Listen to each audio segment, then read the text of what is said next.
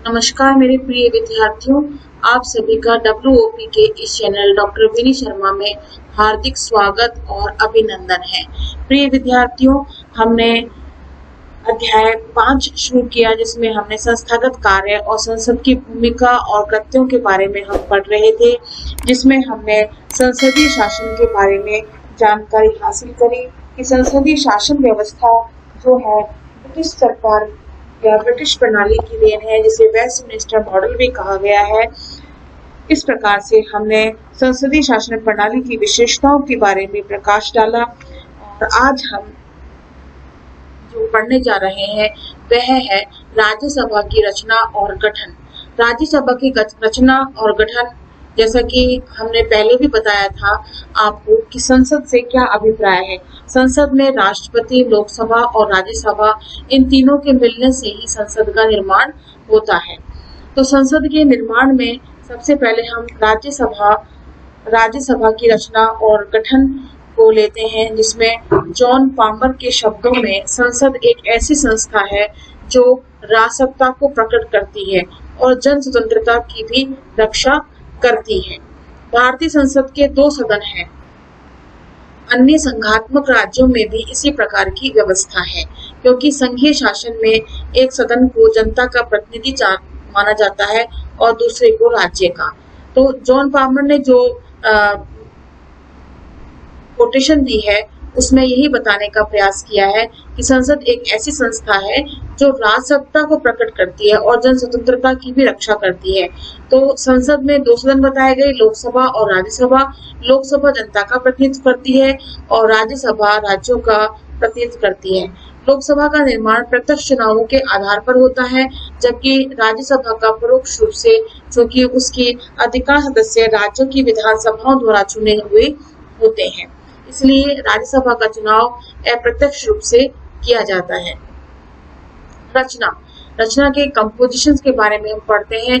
द्वितीय अथवा उच्च सदन का नाम राज्यसभा है। परंपरावश ही इसे उच्च सदन कहा जाता है।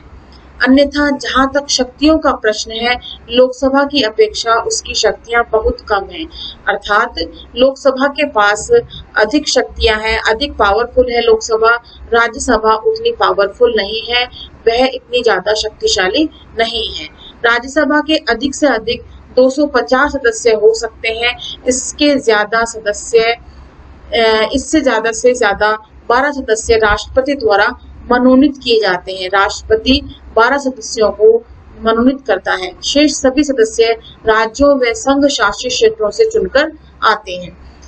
इस समय राज्यसभा में 245 सदस्य हैं, जिनमें से 233 सदस्य राज्यों तथा संघ शासित क्षेत्रों का प्रतिनिधित्व करते हैं तथा 12 सदस्य साहित्य, विज्ञान, कला और समाज सेवा के क्षेत्र में अपने विशेष ज्ञान या अनुभव के कारण राष्ट्रपति द्वारा मनोनीत किए जाते हैं। राष्ट्रपति द्वारा ऐसे व्यक्ति नामजद अर्थात मनोनीत किए जाते हैं जिनका कि साहित्य, विज्ञान, कला, समाज सेवा के क्षेत्र में एक विशेष स्थान होता है, एक ख्याति प्राप्त व्यक्ति होता है। इस प्रकार कुछ ऐसे जाने माने लोगों की योग्यता का लाभ उठाया जा सकता है जो चुनावों के झमेले में पड़ना नहीं चाहते और भिन्न समयों पर राष्ट्रपति द्वारा कई विख्यात व्यक्ति राज्यसभा के लिए नामजद यानी कि मनोनीत किए गए हैं, जैसे मैथिली शरण गुप्त, काका साहब कालेलकर, पृथ्वीराज कपूर, सरदार के.एम. पानीकर, हेमा मालिनी, विमल जालान, कस्तूरी रंगन, श्याम बेनेगल, निर्मला देशपांडे, दारा सिंह इत्यादि। परंतु केंद्र द्वारा कई बार इस शक्ति का उपयोग अपने कृपा पात्रों को राज्यसभा में लाने के लिए भी कर लिया जाता है। निर्वाचित सदस्य राज्यों की विधानसभाओं अथवा संघ शासित क्षेत्रों के विधायकों द्वारा चुने जाते हैं। उनका चुनाव आनुपातिक प्रतिनिधित्व की एकल संक्रमणीय मत प्रणाली के द्वारा किया जाता है। राज्यसभा में विभिन्न राज्यों तथा संघ शासित क्षेत्रों का प्रतिनिधित्व होता है। राज्यसभा में सभी राज्यों का समान प्रतिनिधित्व नहीं है। अधिकांश संघ राज्यों में उस सदन का गठन बराबरी के आधार पर किया जाता है। जैसे कि अमेरिका की उस सदन सीनेट में प्रत्येक राज्य को दो प्रतिनिधि भेजने का, अर्थात दो प्रतिनिधि, एक राज्य से दो प्रतिनिधि भेजने का अधिकार है, चाहे वे राज्य बड़ा हो या छोटा हो। बराबरी का सिद्धांत इसलिए अपनाया गया है कि जिससे संसद पर बड़े राज्यों की प्रभुत्व कायम न हो सके। परंतु भारतीय संविधान के निर्माताओं ने इस सिद्धांत को लोकतंत्र के प्रतिकूल माना है। उन्होंने कहा कि जनसंख्या को ही प्रतिनिधित्व का आधार मानना चाहिए और फलस्वरूप बड़े राज्यों को राज्यसभा में अधिक सीटें दी गई और छोटे राज्यों को कम। वर्तमान राज्यसभा में उत्तर प्रदेश के 31 प्रतिनिधि हैं और बिहार के 16 और तमिलनाडु के 18, हरियाणा के केवल 5 प्रतिनिधि हैं। तो जिस राज्य में ज्यादा जनसंख्या है, ज्यादा बड़ा क्षेत्र है, उसको उसी आधार पर, जनसंख्या के आधार पर ही प्रतिनिधियों का चुनाव किया जाता है। मेघालय व सिक्किम में से प्रत्येक का राज्यसभा में केवल 1 प्रतिनिधि है। राज्यसभा में दिल्ली के 3 प्रतिनिधि हैं। सदस्यों के लिए आवश्यक योग्यताएं क्या होती हैं? राज्यसभा का सदस्य बनने के लिए कुछ योग्यताएं बताई गई हैं। वह भारत का नागरिक होना चाहिए, 30 वर्ष की आयु पूरी कर लेनी चाहिए, वे सभी योग्यताएं रखता हो जो संसद द्वारा निर्धारित की जाए। 1951 के जन प्रतिनिधित्व अधिनियम के अनुसार ये जरूरी है कि राज्यसभा या लोकसभा के उम्मीदवार का नाम किसी न किसी संसदीय निर्वाचन क्षेत्र में पंजीकृत अवश्य होना चाहिए। इस अधिनियम में यह भी कहा गया है कि यह जरूरी है कि उम्मीदवार किसी सरकारी लाभ के पद पर नहीं हो, पागल, दिवालिया या विदेशी न हो, किसी कानून के अंतर्गत संसद की सदस्यता के अयोग्य न ठहराया गया हो। अब इस अनिवार्यता को समाप्त कर दिया गया है कि राज्यसभा के लिए ऐसा कोई व्यक्ति नहीं चुना जा सकता जो सामान्यतः उस राज्य या संघ शासित क्षेत्र का निवासी न हो। राज्यसभा का कार्यकाल, राज्यसभा एक स्थायी सदन है। यह बहुत ही स्मरण में रखने योग्य बात है। उसके सदस्यों का निर्वाचन 6 वर्ष के लिए होता है तथा प्रत्येक 2 वर्ष के बाद 1/3 सदस्य बदल दिए जाते हैं और उतने ही चुन लिए जाते हैं। अभिप्राय यह है कि राज्यसभा कभी भंग नहीं होती है और न उसके सारे सदस्य एक साथ चुने जाते हैं और न ही एक साथ पद से विमुक्त होते हैं। 1/3 सदस्य हर 2 वर्ष बाद पद से विमुक्त होते हैं और 1/3 सदस्य वापस से चुन लिए जाते हैं। इस प्रकार से यह संस्था स्थायी रूप लिए हुए है।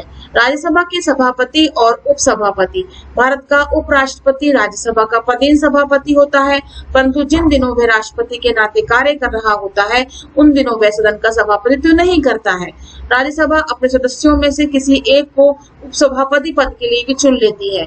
सभापति की अनुपस्थिति में उपसभापति सदन की अध्यक्षता करता है और यदि उपसभापति भी अनुपस्थित है तो वह व्यक्ति जो राज्यसभा द्वारा नियुक्त किया जाता है सदन की अध्यक्षता करता है। अब बात आती है प्रिय विद्यार्थियों, राज्यसभा की शक्तियां क्या हैं और लोकसभा और राज्यसभा की शक्तियों में तुलना क्या है? क्या ऐसे कारण हैं जिनसे कि लोकसभा की शक्तियां अधिक शक्तिशाली हैं और राज्यसभा की कम शक्ति हैं? कई लेखकों का मानना यह है कि कानून बनाने के लिए केवल एक ही सदन का होना चाहिए। जहां 2 सदन होंगे वहां अवश्य संघर्ष और विरोध की स्थिति उत्पन्न होगी। इसके ठीक विपरीत बहुत से विद्वानों का विचार है कि द्विसदनीय पद्धति ही श्रेष्ठ है। इसमें कोई संदेह नहीं कि द्विसदनीय पद्धति ज्यादा लोकप्रिय हो सकी है। इंग्लैंड, अमेरिका, फ्रांस, भारत आदि अधिकांश देशों में द्विसदनीय पद्धति को अपनाया गया है। द्विसदनीय अर्थात जिसमें 2 सदन है, लोकसभा और राज्यसभा, निम्न सदन और उच्च सदन। संसद के दोनों सदनों, राज्यसभा और लोकसभा के आपसी संबंधों पर विचार करने के लिए उनकी शक्तियों का तुलनात्मक अध्ययन आवश्यक है। तुलनात्मक अध्ययन करते समय हम पहली शक्ति देखते हैं, विधायी शक्ति। विधायी शक्ति जिसे अर्थात कानून निर्माण की शक्ति। धन विधेयक के अलावा सभी विधेयक किसी भी सदन में पेश किए जा सकते हैं, चाहे वह लोकसभा हो चाहे वह राज्यसभा हो। दोनों सदनों की मंजूरी के बाद ही किसी विधेयक को राष्ट्रपति के पास भेजा जाता है और यहाँ यह सवाल उठता है कि यदि दोनों सदन एक दूसरे से सहमत न हो तो उस स्थिति में क्या होगा। ऐसी स्थिति में राष्ट्रपति दोनों सदनों की संयुक्त बैठक बुलाता है और बैठक में बहुत से जो निर्णय होते हैं, बहुमत से जो निर्णय होते हैं, वही अंतिम निर्णय माना जाता है। इस प्रकार संयुक्त अधिवेशन 1959 के दहेज विधेयक के सिलसिले में बुलाया गया। 26 मार्च 2002 को आतंकवाद निरोधक विधेयक पास कराने के लिए भी दोनों सदनों का संयुक्त अधिवेशन बुलाया गया। उपरोक्त विवेचन से यह निष्कर्ष निकाल लेना गलत है कि साधारण विधेयकों के संबंध में दोनों सदनों को समान शक्तियां प्राप्त हैं। वास्तव में राज्यसभा के सदस्यों की संख्या लोकसभा की सदस्य संख्या से लगभग आधी ही है, इसलिए संयुक्त बैठक का परिणाम लोकसभा के पक्ष में ही होता है। दूसरे शब्दों में अर्थात जिस विधेयक को राज्यसभा चाहे पर लोकसभा न चाहे वह कभी पास नहीं हो सकता, जिसे लोकसभा चाहे वह अवश्य ही पास हो जाता है।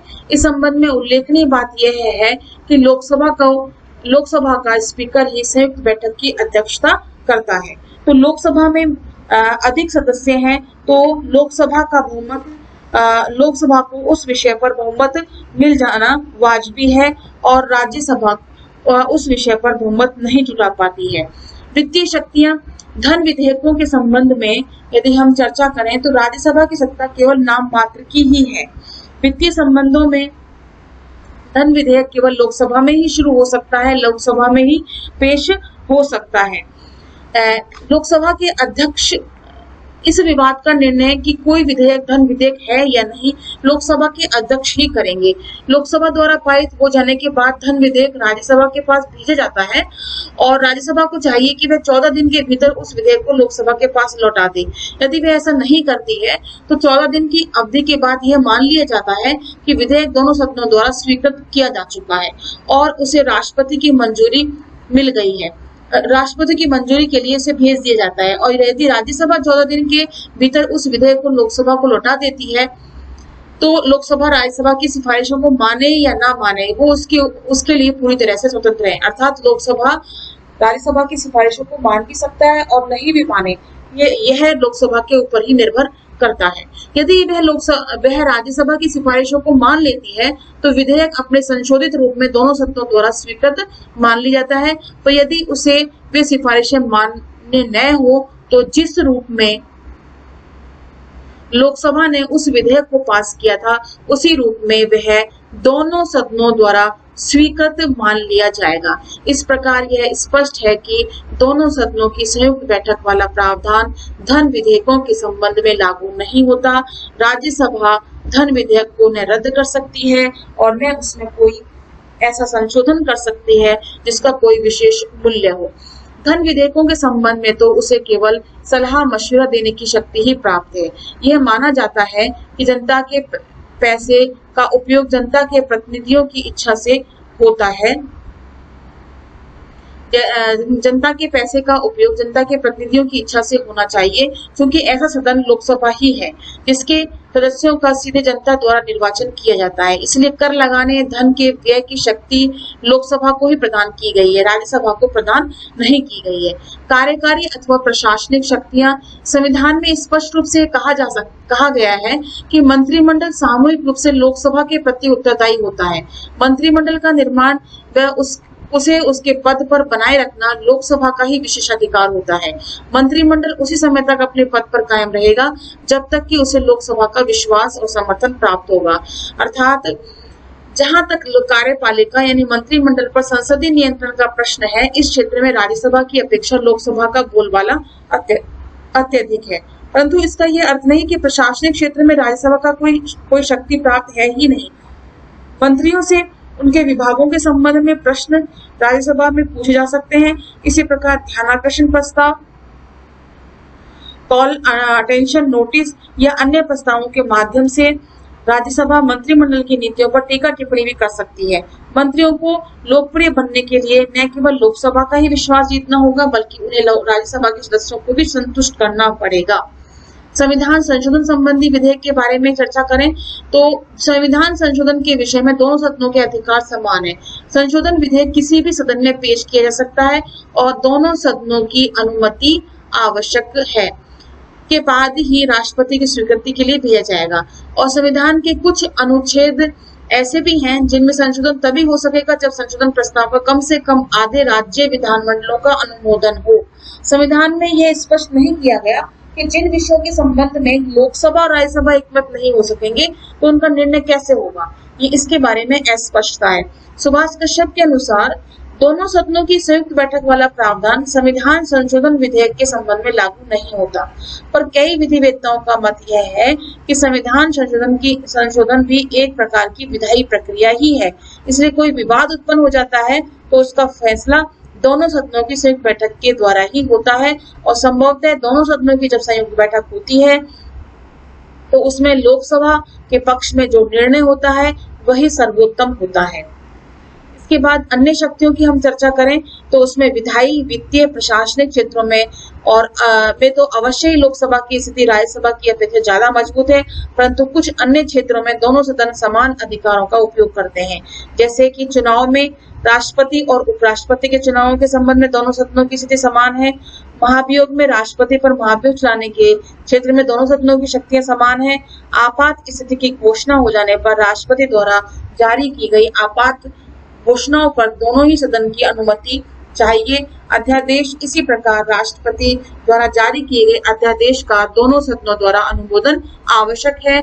न्यायाधीशों को उसके पद से हटाया जाना, उच्चतम न्यायालय अथवा उच्च न्यायालय के न्यायाधीशों को दुराचार या अयोग्यता के आधार पर ही उनके पद से अलग किया जा सकता है। न्यायाधीश राष्ट्रपति द्वारा तभी हटाए जा सकते हैं जब संसद के दोनों सदन ऐसा करने का निवेदन करते हैं।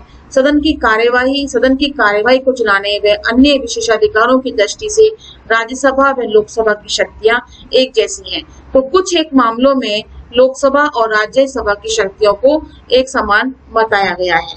राज्यसभा की विशेष शक्तियां क्या हैं, इस पर हम दृष्टि करें तो राज्यसभा की शक्तियों में पहला आता है, राज्यसभा यदि 2/3 बहुमत से यह प्रस्ताव पास कर दे कि राष्ट्रीय हित के लिए यह जरूरी है कि संसद किसी ऐसे विषय पर कानून बनाए जो राज्य सूची में शामिल है, तो संसद उस विषय पर कानून बना सकती है। कहने का तात्पर्य यह है कि राज्य सूची में जो विषय दिए गए हैं जिसमें राज्य सरकार कानून बना सकती है, अगर राज्यसभा यह कह दे या यह भारी बहुमत से यह प्रस्ताव पास कर दे कि इस विषय पर कानून बनाने का अधिकार या कानून बनाने की शक्ति केंद्र को दी जाती है, अर्थात लोकसभा को दी जाती है, तो लोकसभा ही उस पर यानी कि संसद ही उस पर कानून बना सकती है। संसद का अधिकार है कि वह नई अखिल भारतीय सेवाओं की स्थापना करे, और इन सेवाओं की स्थापना तभी की जा सकती है जबकि राज्यसभा 2/3 बहुमत से ऐसा कोई प्रस्ताव पास कर दे कि राष्ट्रीय हित के लिए नई सेवाओं की आवश्यकता है। अखिल भारतीय सेवाओं के विस्तार से राज्यों की स्वतंत्र सत्ता पर प्रभाव अवश्य पड़ता है। कारण क्या है कि अखिल भारतीय पदाधिकारियों की भर्ती तो केंद्रीय सरकार करती है, पर उनकी नियुक्ति प्राय राज्यों में की जाती है। संविधान निर्माता राज्यसभा को राज्यों का प्रतिनिधित्व मानते हैं और इसलिए उन्होंने ये सब उचित समझा कि नई अखिल भारतीय सेवाएं राज्यसभा की मर्जी से ही स्थापित की जानी चाहिए। अब हम राज्यसभा की उपयोगिता की बात करते हैं कि राज्यसभा की उपयोगिता यानी कि लोकसभा जब सर्वसर्वा है, शक्तिशाली है, तो राज्यसभा की क्या उपयोगिता है, तो उसकी महत्ता पर हम प्रकाश डालते हैं कि राज्यसभा की रचना और उसकी शक्तियों को देखने से ऐसा लगता है कि वह एक प्रभावहीन सदन है, उसका कोई महत्व है ही नहीं। कुछ विद्वानों ने उसे ब्रिटेन की लॉर्ड सभा से भी कमजोर बताया है। कई लेखकों का ये कहना है कि राज्यसभा की स्थापना केवल इसलिए की गई क्योंकि यह एक रिवाज बन गया है कि सदन में 2 ही सदन होने चाहिए। राज्यसभा की निम्नलिखित आधारों पर आलोचना की जाती है। संरचना संबंधी आलोचना, यह कहा जाता है कि राज्यसभा न तो आम लोगों का प्रतिनिधित्व करती है और न ही राज्यों का प्रतिनिधित्व करती है। उसे आम जनता का प्रतिनिधि तो इसलिए नहीं माना जा सकता क्योंकि उसके सदस्यों का चुनाव प्रत्यक्ष रूप से नहीं होता, और राज्यों का प्रतिनिधि उसे इस कारण से नहीं कहा जा सकता क्योंकि उसमें सभी राज्यों को बराबर प्रतिनिधित्व प्राप्त नहीं है, जैसा कि अमेरिका में प्राप्त है। संविधान सभा के वरिष्ठ सदस्य गोपाल स्वामी अयंगर ने यह आशा प्रकट की थी कि राज्यसभा में केवल सुलझे हुए व्यक्ति और ऐसे लोग ही पहुंचेंगे जो प्रत्यक्ष चुनाव के झमेले में पड़ना नहीं चाहेंगे, परंतु पिछले सभी वर्षों का अनुभव यह बतलाता है कि राज्यसभा केवल लोकसभा की कार्बन कॉपी बनकर रह गई है। उसका चुनाव जनता द्वारा नहीं, विधायकों द्वारा किया जाता है। उसके लिए वोटों की खरीद के भी आरोप लगाए गए हैं। दूसरे शब्दों में अगर हम कहें कि यह आशा पूरी नहीं हो सकी कि राज्यसभा में केवल परिपक्व विद्वान और विशिष्ट व्यक्ति ही आ सकेंगे। तो जिस आधार पर राज्यसभा की संरचना की गई थी वह आधार फलीभूत नहीं हो पाया और राज्यसभा सिर्फ और सिर्फ लोकसभा की कार्बन कॉपी बनकर रह गई है, ऐसा आलोचक कहते हैं। अधिकार संबंधी आलोचना। राज्यसभा का एक महत्वपूर्ण कार्य विधेयकों में संशोधन करना है ताकि जो कमियां रह गई हैं उन्हें दूर किया जा सके, परंतु आलोचक कहते हैं कि इस दलील में कोई वजन नहीं है, इस दलील की कोई महत्ता नहीं है। क्यों नहीं है? क्योंकि राज्यसभा यदि न हो तो लोकसभा जल्दबाजी में विधेयक पास कर देती है। थोड़ी देर के लिए हम ये मान लें कि दूसरे सदन का ये लाभ है कि वह विधेयक पर पुनर्विचार कर सकेगा, परंतु पुनर्विचार का वास्तविक लाभ तभी होगा जब दूसरे सदन का स्वरूप पहले सदन से भिन्न हो। आलोचकों का कहना यह है कि दोनों सदनों में एक जैसे सदस्य होते हैं, के कारण दूसरे सदन की विशेष उपयोगिता नहीं रह जाती है। दोनों में समान ही एक जैसे ही मतलब समान रूप के सदस्य होते हैं, दोनों की विचार क्षमता भी एक ही प्रकार से होती है। तो विधेयकों पर पुनर्विचार की बात जब आती है तो उस पर पुनर्विचार पूर्ण सोच समझ करके नहीं किया जाता है। कार्यविधि संबंधी आलोचना की बात करें तो दोनों सदनों के होने से कभी कभी संघर्ष और विरोध की स्थिति पैदा हो जाती है। कई बार दोनों सदनों के बीच गंभीर मतभेद उत्पन्न हो जाते हैं। पूर्व राजाओं को मान्यता देने से इनकार करने वाला संशोधन विधेयक लोकसभा ने तो भारी बहुमत 154 के मुकाबले 339 मतों से पास कर दिया, परंतु राज्यसभा में उसे 2/3 बहुमत प्राप्त नहीं हुआ। लोकसभा में जिस पार्टी का बहुमत यदि राज्यसभा में भी उसी पार्टी का बहुमत न हो तो बड़ी उलझनें पैदा हो जाती है। 1978 में राज्यसभा ने 44वें संविधान संशोधन को उस रूप में पास नहीं किया जिस रूप में वह लोकसभा द्वारा पास किया गया। लोकसभा में एक भी मत इस विधेयक के विरोध में नहीं पड़ा था, जबकि राज्यसभा ने उसकी कई धाराओं को नामंजूर कर दिया। नारायणपुर में हुए दलित नरसंहार के बाद बिहार में राष्ट्रपति शासन लागू किया गया और जिसे 26 जनवरी 2000 को लोकसभा की मंजूरी मिल गई, परंतु राज्यसभा में आवश्यक बहुमत के अभाव में केंद्र को राष्ट्रपति शासन की अधिघोषणा वापस लेनी पड़ी। इन्हीं सब दलीलों के आधार पर कई विद्वानों ने यह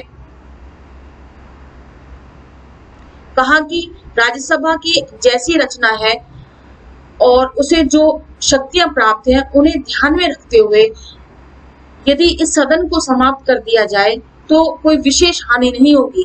दूसरी ओर ऐसे भी विद्वान हैं जो दूसरे सदन का होना अत्यंत अनिवार्य मानते हैं और उनका कहना है कि राज्यसभा में वाद विवाद का स्तर लोकसभा की अपेक्षा ऊंचा रहता है और राज्यसभा का आकार छोटा होने के कारण सदस्यों के पास समय का अभाव नहीं होता, इसलिए वे सभी विषयों की बारीकी से जांच कर सकते हैं। इसकी अतिरिक्त राज्यसभा के लिए राष्ट्रपति द्वारा जो व्यक्ति मनोनीत किए जाते हैं वे प्राय अपने अपने क्षेत्र में बहुत ऊंची योग्यता रखते हैं और उसी के आधार पर वह विधेयक का पर पुनर्विचार करते हैं और अच्छी योग्यता और अच्छी ख्याति प्राप्त व्यक्ति उच्च स्तर पर उन विधेयकों पर विचार विमर्श कर सकते हैं। इसीलिए संसद के दूसरे सदन राज्यसभा की बात इसीलिए कही गई है कि राज्यसभा का होना लाजमी है, इसकी उपयोगिता अधिक महत्वपूर्ण है और इसी के साथ ही अब हम अगले वीडियो में लोकसभा की रचना और गठन के बारे में जानकारी हासिल करेंगे कि लोकसभा की रचना किस प्रकार से की गई है, गठन किस प्रकार से किया गया है और सदस्यों की योग्यताएं क्या हैं, इसकी शक्तियां क्या हैं, इन सभी के बारे में विस्तृत रूप से चर्चा करेंगे। अब हम अगले वीडियो में आपसे फिर मिलते हैं। धन्यवाद, नमस्कार।